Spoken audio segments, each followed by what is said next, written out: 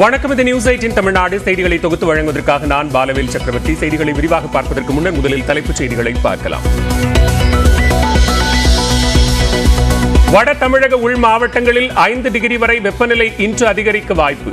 ஈரோடு மற்றும் நாமக்கல் மாவட்டங்களில் வெப்ப அலை வீசியதாகவும் வானிலை ஆய்வு மையம் தகவல்.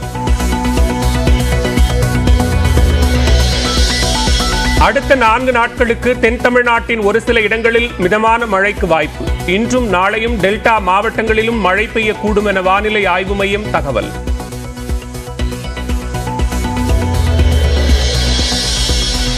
நாமக்கல்லில் பாஜக வேட்பாளர் KP ராமலிங்கத்திற்கு வாக்களிக்க கோரி மத்திய அமைச்சர் ராஜ்நாத் சிங் வாகன பேரணி.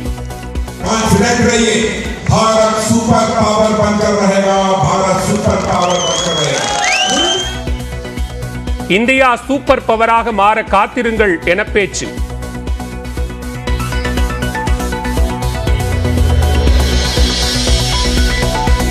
ராமதாஸ் தேர்தல் நாடகம் ஆடுவதாக உதயநிதி குற்றச்சாட்டு. சட்டமன்ற தேர்தலுக்கு முன் வன்னியர்களை ஏமாற்ற உள்ஒதுக்கீடு அறிவிக்கப்பட்டதாகவும் பேச்சு. சாதிவாரி கணக்கெடுப்பு நடத்த வேண்டிய பொறுப்பு யாரோட பொறுப்பு? ஒன்றிய அரசோட பொறுப்பு. எனவே அவருடைய புதிய நண்பர் திரு மோடி கிட்ட கேட்காம தொடர்ந்து திமுகவை குறை சொல்லிட்டு இருக்காரு. ஏன்? சுத்த தேர்தல் நாடகம். கோவையில் கிரிக்கெட் மைதானம் கட்டும் முன்பு சாலைகளை அமைத்துக் கொடுங்கள். முதலமைச்சர் MK ஸ்டாலினுக்கு அண்ணாமலை வேண்டுகோள்.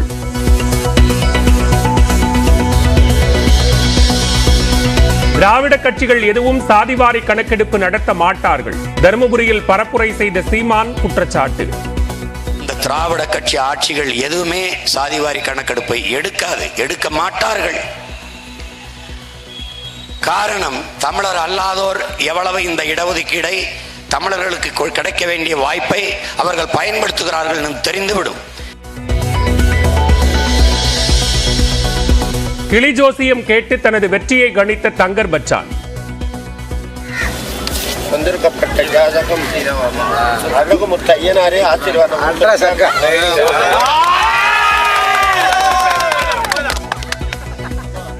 பரப்புரையின் போது திருஷ்டி பூசணி சுற்றிய மன்சூர் அலிகான்.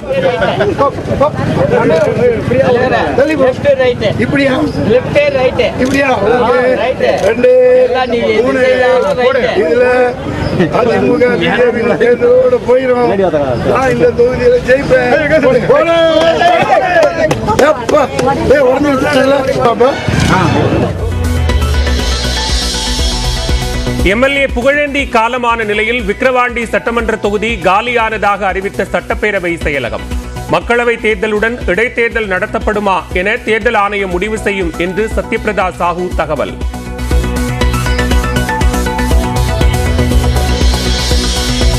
இரண்டு நாள் பயணமாக நாளை தமிழ்நாடு வருகிறார் பிரதமர் மோடி. சென்னையில் வாகன பேரணி நடைபெறவுள்ள பாண்டி பஜாரில் பாதுகாப்பு படையினர் ஆய்வு.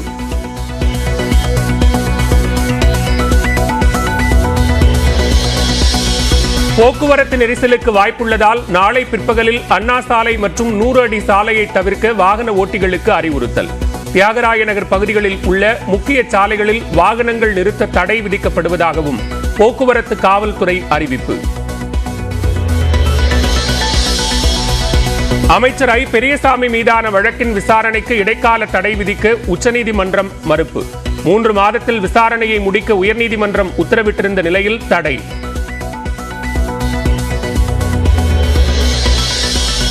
பரஸ்பரம் விவாகரத்து கோரி சென்னை குடும்பநல நீதிமன்றத்தை நாடிய தனுஷ் ஐஸ்வர்யா.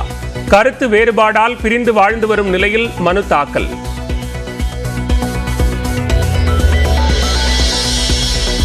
நெல்லை ரயிலில் 4 கோடி ரூபாய் பிடிபட்டது தொடர்பாக தேர்தல் சிறப்பு குழு விசாரணை. செலவின பார்வையாளர் விசாரணை அறிக்கை அளிப்பார் என்றும் தலைமை தேர்தல் அதிகாரி சத்யபிரதா சாஹூ தகவல். சென்னையில் முதியோர் மற்றும் மாற்றுத்திறனாளிகளிடம் சென்று தபால் வாக்குகள் சேகரிப்பு. வீடு வீடாக வாக்குகளை பெறும் நடமாடும் குழுவினர்.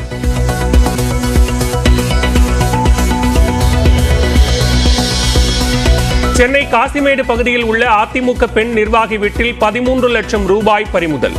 வட்டிக்கு பணம் கொடுக்கும் தொழில் செய்து வருவதாக கூறினாலும் ஆவணங்கள் இல்லாததால் தேர்தல் பறக்கும் படை நடவடிக்கை. தேர்தல் பரப்புரையின் போது மேளம் அடித்த மேற்கு வங்க முதலமைச்சர் மமதா பானர்ஜி கலைஞர்களுடன் இணைந்து பாரம்பரிய நடனம் ஆடினார்.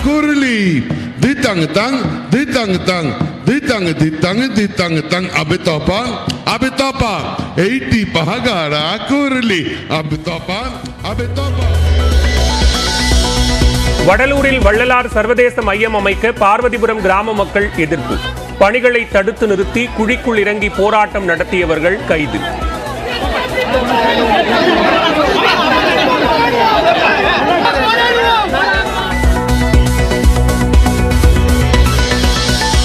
சட்டமன்ற தேர்தலுக்கு முன் வன்னியர்களை ஏமாற்றுவதற்காக அவசர கதியில் உள்ளிட ஒதுக்கீடு அறிவிக்கப்பட்டதாக அமைச்சர் உதயநிதி ஸ்டாலின் குற்றம் சாட்டியுள்ளார். தருமபுரி தொகுதி திமுக வேட்பாளர் மணியை ஆதரித்து அமைச்சர் உதயநிதி ஸ்டாலின் பரப்புரை மேற்கொண்டார். அப்போது பேசிய அவர், இடஒதுக்கீடு கேட்டு போராட்டம் நடத்திய போராளிகளுக்கு விக்கிரவாண்டியில் திமுக அரசு நினைவு மண்டபம் கட்டி வருவதாக கூறினார். சமூக நீதி பேசும் பாமக நிறுவனர் ராமதாஸ் மனுநீதி பேசும் பாஜகவுடன் கூட்டணி வைத்திருப்பது எந்த விதத்தில் நியாயம் என்று கேள்வி எழுப்பினார். சாதிவாரி கணக்கெடுப்பு நடத்தணும்னு பாமக சொல்லுது. டாக்டர் ஐயா இது தொடர்ந்து சொல்லிட்டு வர்றார். ஆனா சாதிவாரி கணக்கெடுப்பு நடத்த மாட்டோம்னு சொல்ற ஒன்றிய பாஜகவோட கூட்டணி வச்சிருக்கிறது நம்முடைய டாக்டர் ஐயா அவர்கள். சாதிவாரி கணக்கெடுப்பு நடக்காததற்கும் ஐயா ராமதாஸ் அவர்கள் நம்முடைய ஆட்சியை, திராவிட முன்னேற்ற கழக ஆட்சியை, நம்முடைய தலைவரை குறை சொல்றார். அரசியலமைப்பு சட்டப்படி சாதிவாரி கணக்கெடுப்பு நடத்த வேண்டிய பொறுப்பு யாரோட பொறுப்பு? ஒன்றிய அரசோட பொறுப்பு. எனவே அவருடைய புதிய நண்பர் திரு மோடி கிட்ட கேட்காம தொடர்ந்து திமுகவை குறை சொல்லிட்டு இருக்காரு. ஏன்? சுத்த தேர்தல் நாடகம். திமுக அரசு சட்ட போராட்டம் நடத்தி வன்னியர்களுக்கு உள் இட ஒதுக்கீட்டை அமல்படுத்தும் என்றும் அமைச்சர் உதயநிதி உறுதியளித்தார். 2021 சட்டமன்ற தேர்தலுக்காக அவசரமா, அதாவது தேர்தல் தேதி அறிவிக்கிறதுக்கு முத நாள் அதிமுக அடிமையாச்சு பாமக வன்னியர்களை ஏமாத்துறதுக்காக 10.5% இடஒதுக்கீட்டை அதிமுகவினர் கொண்டு வந்து உங்களை ஏமாத்த பார்த்தாங்க, வன்னியர்களை ஏமாத்த பார்த்தாங்க. முறையாக கொண்டு வராதனால அதனை நீதிமன்றம் ரத்து செஞ்சது. இப்போ இந்த 10.5% இடஒதுக்கீட்டு தொடர்பான உச்சநீதிமன்ற வழிகாட்டுதலின்படி கழக அரசு ஒரு குழு அமைத்து போராடி வருகின்றது. எனவே விரைவில் வன்னியர்களுக்கான அந்த போராட்டத்தில் வெற்றியை நம்முடைய கழக அரசு, திராவிட மாநில அரசு, நம்முடைய தலைவர் அவர்கள் வெற்றி பெற்று சட்ட போராட்டம் நடத்தி உள் ஒதுக்கீட்டினை கழக அரசு கண்டிப்பாக அமல்படுத்தும். கோயம்புத்தூரில் சர்வதேச தரத்தில் கிரிக்கெட் மைதானம் அமைப்பதற்கு முன்பு சாலை வசதியை ஏற்படுத்தி தர வேண்டும் என்று முதலமைச்சர் மு க ஸ்டாலினுக்கு பாஜக வேட்பாளர் அண்ணாமலை கோரிக்கை விடுத்துள்ளார்.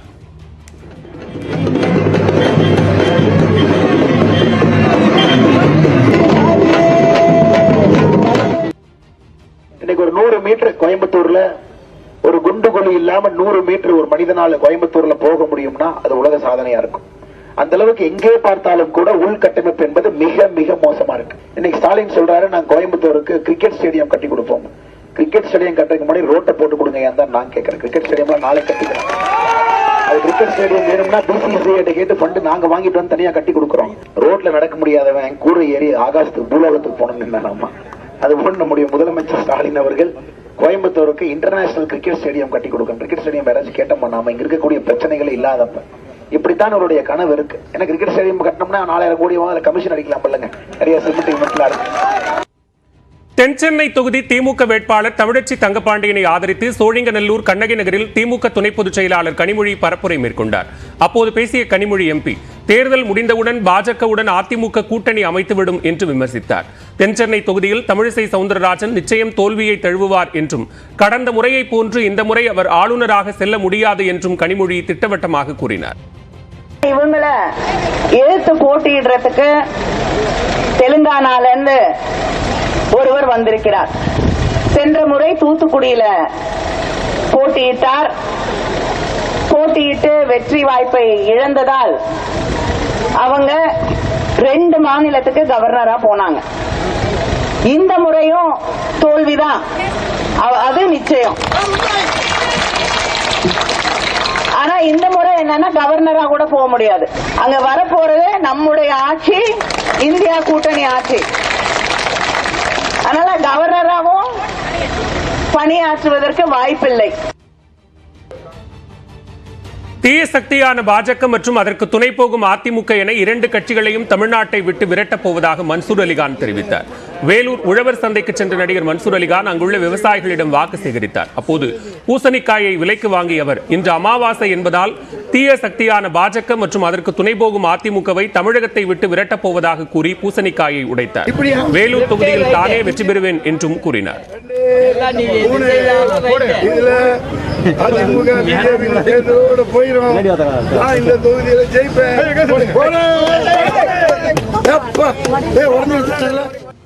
தஞ்சை தொகுதி தேமுதிக வேட்பாளர் சிவனேசன் வீரசிங்கம்பேட்டை மாரியம்மன் கோவிலில் வாசலில் உள்ள பூக்கடையில் பூ கட்டி கொடுத்து வாக்கு சேகரித்தார். வீரசிங்கம்பேட்டை, திருச்சேற்றுத்துறை, கண்டியூர் உள்ளிட்ட கிராமங்களில் பிரச்சாரம் மேற்கொண்ட அவர் வீரசிங்கம்பேட்டை அருள்மிகு மாரியம்மன் கோவிலில் வழிபட்டார். அப்போது பூக்கடைக்கு சென்று கையால் முழம் போட்டு பூ விற்பனை செய்தும் வாக்கு சேகரித்தார்.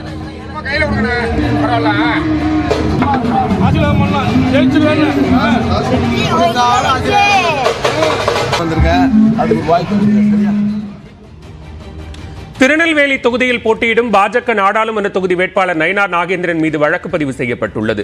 தேர்தல் விதிமுறைகளை மீறி திருநெல்வேலி தொகுதிக்குட்பட்ட கூடங்குளம் அருகே உள்ள இருக்கன்துறை பகுதியில் இரவு 10 மணிக்கு மேல் பிரச்சாரம் செய்ததாக புகார் எழுந்தது. இதன் அடிப்படையில் வேட்பாளர் நயினார் நாகேந்திரன் உள்ளிட்ட பாஜக நிர்வாகிகள், தொண்டர்கள் என 27 பேர் மீது கூடங்குளம் காவல் நிலையத்தினர் வழக்கு பதிவு செய்துள்ளனர்.